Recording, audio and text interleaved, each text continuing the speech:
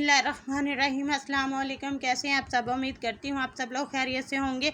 अल्हम्दुलिल्लाह मैं भी बिल्कुल ठीक हूँ। आज एक और बहुत ही मज़े की टेस्टी मैं मटन चटखारा बोटी की रेसिपी लेके आई हूँ, जो कि बनाना बहुत ही आसान है और खाने में तो लाजवाब है।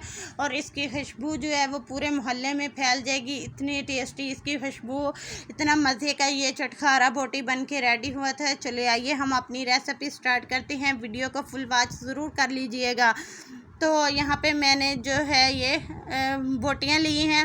ये है मटन की, आप बीफ की या चिकन की, कोई भी जो आपको पसंद है आप उसमें भी ये बना सकती हैं। तो यहाँ पे मैंने ये मटन लिया है, इसको अच्छे से वॉश कर लिया है। इसके ऊपर से जो है ना अच्छे से हमने चर्बी वगैरह जो भी इसके साथ लगी होती है वो उतार लेनी है। यहाँ पे मैंने छोटे छोटे पीसेस किए हैं। आप अपनी मर्ज़ी के मुताबिक बड़े छोटे जो भी आप पीस करना चाहें कर सकते हैं। तो अब ये कढ़ाई में मैंने ऐड कर दिया है। अब इसके अंदर जो है एक प्याज छोटा सा मीडियम साइज़ का मैंने काट के वो इसके अंदर ऐड कर दिया है। अब इसके अंदर जो है अदरक और लहसुन का पेस्ट है, ये मैं ऐड कर दूंगी। 1 टेबल स्पून अदरक और लहसुन का पेस्ट हो जाएगा। और इसके अंदर जो है मैं जो 1/2 टी स्पून जो है इसके अंदर, अब यहाँ पे मैं पहले पानी डाल दूँगी। इसके अंदर मसाले जो हैं वो मैं बाद में ऐड करूँगी।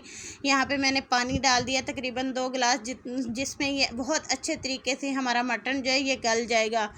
तो अब इसके अंदर मैं जो है स्पाइसेस ऐड करूँगी। इसमें 1/2 टी स्पून नमक है, ये ऐड कर दूँगी। और 1/2 टी स्पून ही इसके अंदर जो है हल्दी पाउडर ये ऐड कर दूँगी।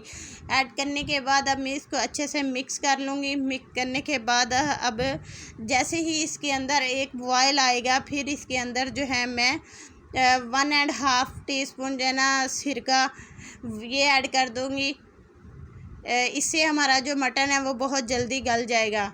तो अब इसके ढक्कन लगा के मैं तकरीबन इसको 45 मिनट के लिए लो फ्लेम पे पकने के लिए छोड़ दूँगी, ताकि ये अच्छे से डन हो जाए।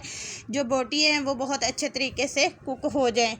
तो यहाँ पे ये देखें जी, हमारा मटन जो है ये देखें बहुत अच्छे तरीके से ये गल चुका है। अब इसका जो पानी है ये मैं सारा ड्राई कर लूँगी और बहुत अच्छे तरीके से हमने इस पानी को ड्राई कर लेना है। जैसे ही ये देखें पानी मेरे यहाँ पे ड्राई हो चुका है। अब इस बोटियों का मैं एक बर्तन में निकाल लूँगी। निकाल के अब इसको ठंडा कर लेंगे। हम याद रखें कि हमने इसके अंदर जो बाकी के स्पाइसेस ऐड करने हैं वो गरम गरम में इस्तेमाल नहीं करने, हमने ठंडा करके फिर इसके अंदर ऐड करने हैं। यहाँ पे मैंने घी जो है जिसमें फ्राई करना है गरम होने के लिए रख दिया है। अब यहाँ पे ये देखें मेरी बोटियाँ जो हैं ये बिल्कुल ठंडी हो चुकी हैं। अब इसके अंदर जो है ना बाकी के स्पाइसेस वो ऐड कर दूँगी। तो स्पाइसेस में ये देखें मैंने ये वाले स्पाइसेस लिए हैं। आप अपने टेस्ट के मुताबिक कम ज़्यादा कर सकते हैं। ज़ीरा हो गया, नमक, लाल मिर्च, कसूरी मेथी, यहाँ पे मैंने तिल लिए हैं, और ये सूखा धनिया और कुटी हुई लाल मिर्च है। तो अगर आप तिल इस्तेमाल नहीं करना चाहते तो यहाँ पे आप सूखा धनिया जो है साबुत वाला वो ले सकते हैं, हाथ के साथ मसल के वो ऐड कर सकते हैं।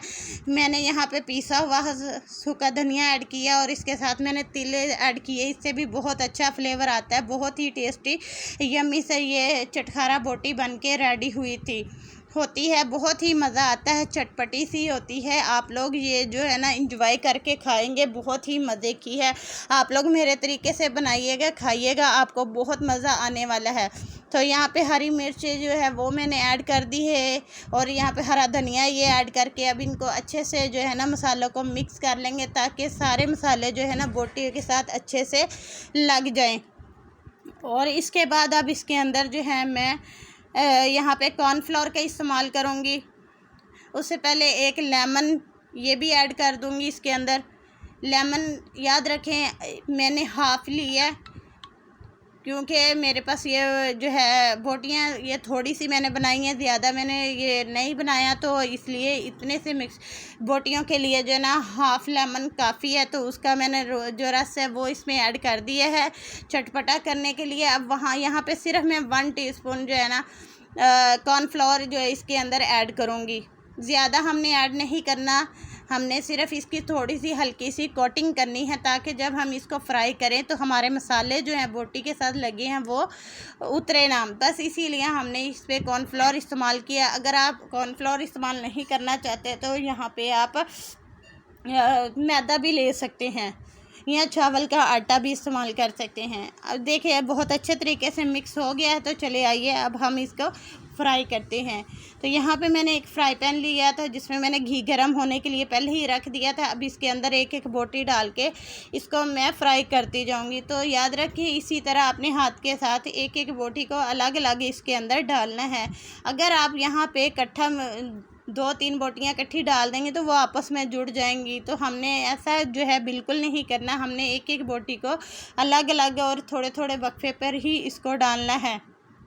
तो इसी तरह जो है सारी बोटियां मैं इसमें डाल लूँगी। अगर आपको मेरी ये वीडियो पसंद आ रही है तो लाइक ज़रूर कर दीजिएगा, कमेंट करके मुझे ज़रूर बताइएगा कि मेरी वीडियो कैसी लगी आपको, और चैनल को तो सब्सक्राइब लाजमी कर दीजिएगा।